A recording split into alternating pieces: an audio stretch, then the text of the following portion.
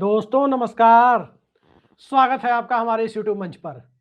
दोस्तों, जहां पूरी दुनिया में एप्स्टीन फाइल की चर्चा है, लेकिन उस एप्स्टीन फाइल के पहले भारत के अंदर जिस प्रकार की बेसब्री दिखाई जा रही है, इस बेसब्री के बीच दिल्ली की सरकार की बेसब्री बहुत ज्यादा बढ़ी हुई है।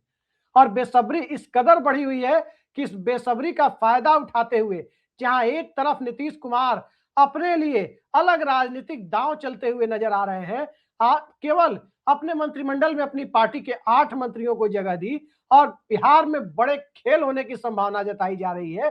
खेल इसलिए क्योंकि अब तक जो हिजाब प्रकरण आपने सुना, क्या आपने उस पर नीतीश कुमार की आलोचना करते हुए तेजस्वी यादव, लालू यादव, अखिलेश यादव सपा सुप्रीमो या राहुल गांधी जो लोकसभा में विपक्ष के नेता है, किसी को सुना है? आखिर कौन सा याराना है नीतीश कुमार से, जिस याराना की वजह से अब तक नीतीश कुमार की आलोचना से बचने की कोशिश की जा रही है? उसका पटाक्षेप मकर संक्रांति के तत्काल बाद आपको दिखना शुरू हो जाएगा। लेकिन जो पटाक्षेप आज होता हुआ दिखा है, वो दिल्ली की नींद उड़ाने वाला है। और दिल्ली की नींद उड़ाने वाला इसलिए है क्योंकि कल जिस प्रकार से लोकसभा के अंदर चंद्रबाबू नायडू की पार्टी ने मनरेगा यानी महात्मा गांधी ग्रामीण रोजगार गारंटी विधेयक की जगह जो नया विधेयक जी राम जी नाम के एक्रोनिम से आ रहा है, उस जी राम जी को बड़ी हील हुज्जत के बाद, बहुत रिजर्वेशन के बाद उसे पास तो कराया, लेकिन अपनी राज्य की वित्तीय स्थिति की दुर्दशा भी बयान कर दी। और चर्चा इस बात की अब हो रही है कि पहले नीतीश कुमार तो इस जहाज से कूदे, पीछे पीछे चंद्रबाबू नायडू आ जाएंगे।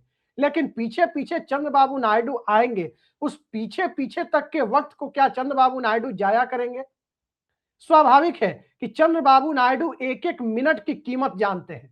और एक एक मिनट की कीमत जब चंद्रबाबू नायडू जानते हैं, तो आप अंदाजा लगा सकते हैं कि एक तरफ उनकी पार्टी एक ऐसे बिल को, जिसे अभी संसद के दोनों सदनों की मंजूरी भी नहीं मिली है, सिर्फ लोकसभा की मंजूरी मिली है, उस बिल को काफी सारी आपत्तियों के बाद, अपने राज्य की दुर्दशा के सार्वजनिक रूप से बयान करने के बाद, आर्थिक दुर्दशा के को बयान करने के बाद समर्थन तो कर देती है, लेकिन 40% वाले फॉर्मूले को लेकर के अपने राज्य के अंदर जो हिचक है, उस हिचक को सार्वजनिक रूप से गठबंधन में रहते हुए भी बताती है।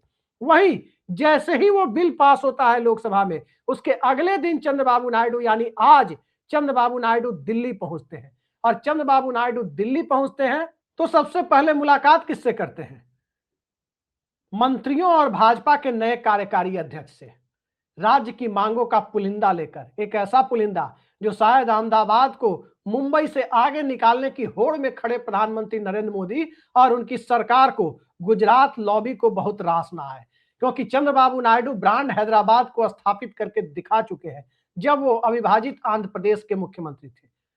किसी भी शहर को बनाना और किसी भी शहर की ब्रांड वैल्यू को स्थापित करने में नरेंद्र मोदी की विशेषज्ञता अभी पूरी दुनिया ने देखी नहीं है, लेकिन चंद्रबाबू नायडू की विशेषज्ञता पूरी दुनिया ने देखी है।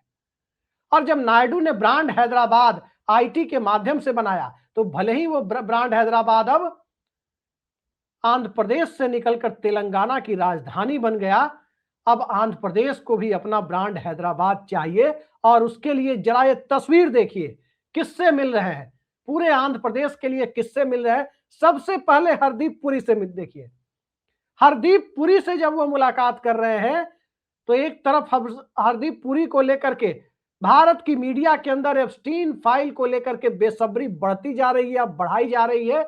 ठीक इसी दरमियान पेट्रोलियम मंत्री हरदीप पुरी से जब चंद्रबाबू नायडू मिल रहे हैं, तो नेल्लोर में भारत पेट्रोलियम की रिफाइनरी के लिए, ग्रीन फील्ड रिफाइनरी के लिए एक भारी भरकम रकम उसमें इन्वेस्ट करने की मांग करने पहुंच रहे हैं। सवाल यह है कि ये वही बीपीसीएल है, वही भारत पेट्रोलियम है जिसे बेचने के लिए मोदी सरकार तैयार बैठी है। तो जिस कंपनी को बेचने के लिए मोदी सरकार कई सालों से तैयार बैठी है, क्या वही रिफाइनरी नायडू के राज्य को दी जा रही है? बड़ा सवाल है कि आखिर नेल्लोर में जो रिफाइनरी लगेगी, वो रिफाइनरी कल को किसी सत्ता के करीबी कॉरपोरेट के हाथों नीलाम कर दी जाएगी, वही रिफाइनरी नायडू को मिलेगी। हरदीप पुरी से आगे उनकी जो मुलाकात होती है, वो वित्त मंत्री निर्मला सीतारमण से होती है।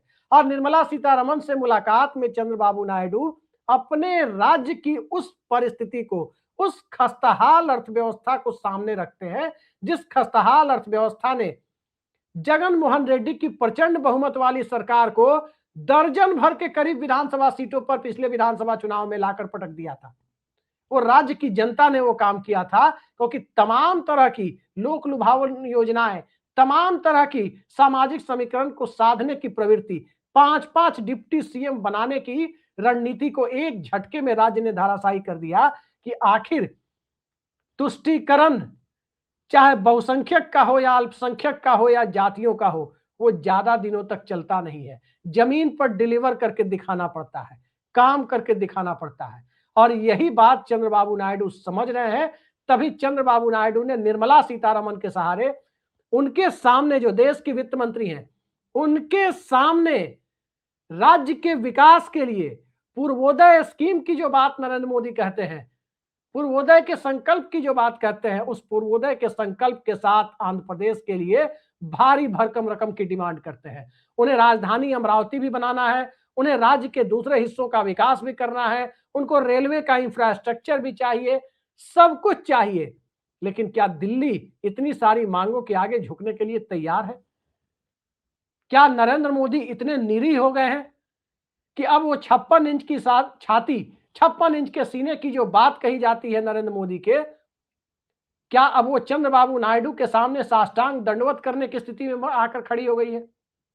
ये वही नरेंद्र मोदी हैं जब पूर्ण बहुमत दिल्ली में अकेले हासिल था, जब किन्हीं नीतीश कुमार और किन्हीं चंद्रबाबू नायडू या किन्हीं एकनाथ शिंदे की जरूरत नहीं थी, उस वक्त पटना में नीतीश कुमार ने प्रधानमंत्री के सामने सीधे सीधे कहा कि पटना यूनिवर्सिटी को सेंट्रल यूनिवर्सिटी का दर्जा दीजिए। तो उस पूरी मांग को गोल गोल घुमाते हुए एक तरह से नकार देने का काम किया था। आज तक पटना यूनिवर्सिटी सेंट्रल यूनिवर्सिटी नहीं बनी। लेकिन क्या साल बदलते, दिल्ली के हालात बदलते, अब नायडू और नीतीश कुमार के इर्द गिर्द चक्कर काटने और दुआ सलाम करते हुए सरकार के 5 साल घिसटने की नौबत आ गई है। इतनी भारी भरकम रकम के लिए पैसा कहां से निर्मला सीतारमण लाएंगी? लेकिन नायडू यही नहीं रुकते हैं। नायडू रुकते हैं, उनके कदम पहुंचते हैं, उसके बाद जहाज रानी यानी शिपिंग के मिनिस्टर सर्बानंद सोनोवाल के पास, क्योंकि आंध्र प्रदेश के पास गुजरात के बाद इस देश का दूसरा सबसे बड़ा कोस्टल समुद्री इलाका है। और जब शिपिंग का विभाग सर्बानंद सोनोवाल के पास है, उसके लिए भी उनके पास भारी भरकम मांग है। विशाखापट्टनम से लेकर तमिलनाडु बॉर्डर तक राज्य में कितने पोर्ट डेवलप करने हैं, कितने एक्सपोर्ट जोन को पोर्ट के माध्यम से तैयार करना है, वो सारी डिमांड लेकर जब वो वहां पहुंचते हैं तो उनके साथ जो मांगों का पुलिंदा है वो देखने के बाद दिल्ली के माथे पर बल पड़ने स्वाभाविक है कि सारा पैसा जब आंध्र को दिया जाएगा तो गुजरात लॉबी के लिए, गुजरात को देने के लिए क्या बचेगा? ये एक बड़ा सवाल है। लेकिन इसके बाद गुजरात से ही आने वाले जल शक्ति मंत्री CR पाटिल के यहां भी चंद्रबाबू नायडू पहुंचते हैं और वहां भी आंध्र प्रदेश में चूंकि पानी की समस्या, खासकर खारे पानी जो समुद्र के किनारे का इलाका है वहां तो दिक्कत नहीं है, लेकिन मीठे पानी की समस्या आंध्र प्रदेश के कई इलाकों में है। सूखाग्रस्त इलाका भी बहुत सारा है आंध्र प्रदेश में और पानी की समस्या से निपटने के लिए जितने बड़े इन्वेस्टमेंट की जरूरत है, ह्यूज इन्वेस्टमेंट की जरूरत कही जाती है, उस ह्यूज इन्वेस्टमेंट के लिए, उतने बड़े निवेश के लिए क्या दिल्ली तैयार है? शरद पवार महाराष्ट्र के मुख्यमंत्री रहते हुए अपने इलाके बारामती तक तो पानी पहुंचा पाए थे, लेकिन क्या वो पूरे मराठवाड़ा रीजन के सूखे को खत्म कर पाए थे? पानी खरीदने की परिस्थितियों से निजात दिला पाए थे? स्वाभाविक है कि नहीं दिला पाए थे। नर्मदा डैम को लेकर के जब केंद्र की सरकार और राज्य की सरकार ने मिलकर के गुजरात को काफी आगे ले जाने का काम किया, तो क्या उससे भी समस्या का समाधान पूरी तरह हो गया? स्वाभाविक है कि नहीं हुआ था। ऐसे में चंद्रबाबू नायडू की डिमांड के लिए दिल्ली कितने पैसे रखेगी? गुजरात से ही आते हैं CR पाटिल, नरेंद्र मोदी के विश्वस्त है, उनसे चंद्रबाबू नायडू मिल रहे हैं, तब साफ दिखाई दे रहा है कि आखिर वो करना क्या चाहते हैं। सवाल यही है कि बड़ी हील हुज्जत के बाद किसी तरह से अपने राज्य की प्राथमिकताओं को ऊपर रखते हुए जब चंद्रबाबू नायडू ने दिल्ली को समर्थन देने का ऐलान किया जी राम जी बिल के ऊपर, तो क्या इस बिल के बदले कोई डील हुई है?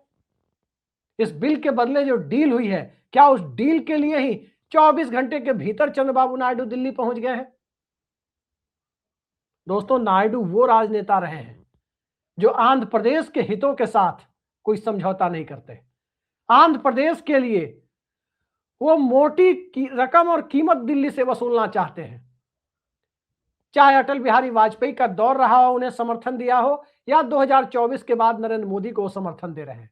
2014 से 17 के दरमियान भी पहले 3.5 सालों तक चंद्रबाबू नायडू मोदी को समर्थन दे रहे थे, लेकिन उस वक्त नरेंद्र मोदी को 282 का आंकड़ा खुद के बूते हासिल था। उस वक्त नायडू की मांग को बहुत ज्यादा समर्थन, बहुत ज्यादा तवज्जो दिल्ली में मिल नहीं रही थी।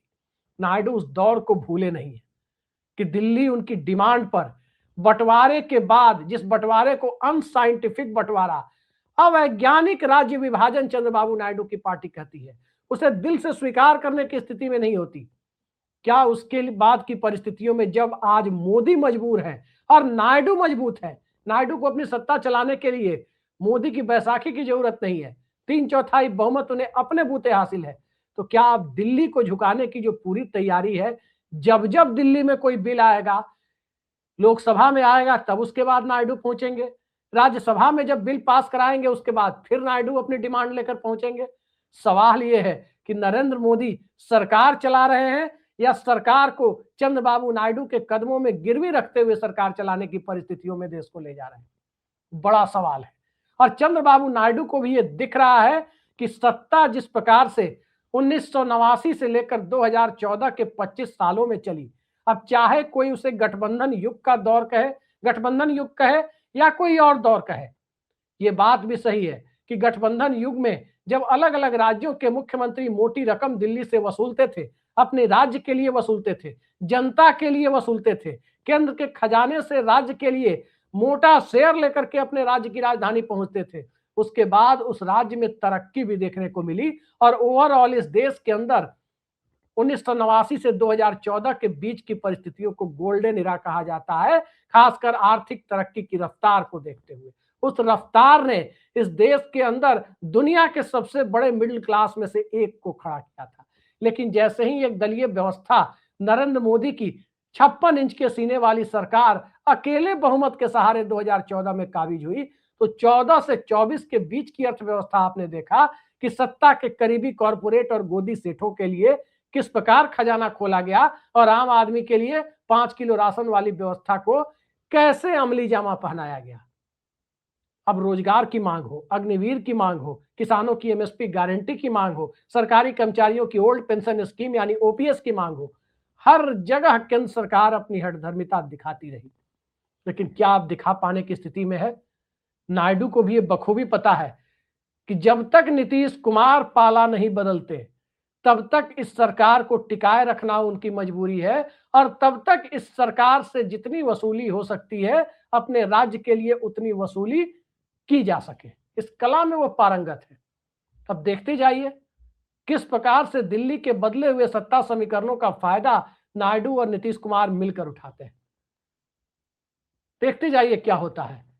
फिलहाल की परिस्थितियां यही है कि नरेंद्र मोदी के लिए, उनकी सरकार के लिए, मोदी शाह की जोड़ी के लिए कई तरह की परिस्थितियां खड़ी है। हालत तो तब कुछ और ज्यादा जटिल होती हुई दिखी है जब भारतीय जनता पार्टी के राष्ट्रीय कार्यकारी अध्यक्ष बने नितिन नवीन से भी चंद्रबाबू नायडू मिलते हैं। क्या उन्हें भारतीय जनता पार्टी में हो रहे जनरेशनल शिफ्ट का अंदाजा हो गया है? बड़ा सवाल है।